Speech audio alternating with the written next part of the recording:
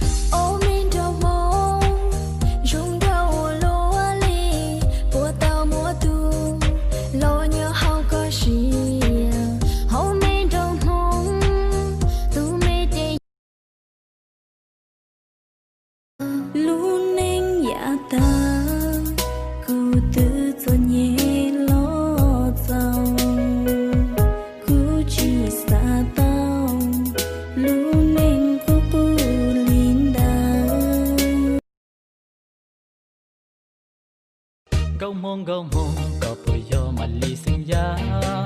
cũng qua luật cha hùng gầu nhỏ trở hậu tivi Nhớ lo mà e ho cha vì cô sa po có lo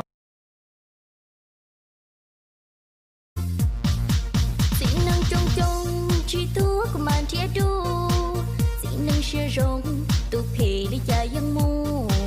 ta chỉ rau no cúp là tu năng xiên đau yuan chia cỏ tao. là một thằng con trai nghèo như anh, màu trắng đôi bàn tay, rượu này không say bày uống cho vơi đầy, rồi mình kể nhau. Hơi có ba hai tia cú à, hai tia cú à, lúc có chắc là liệu 这一瞬间，有100万个可能，该向前。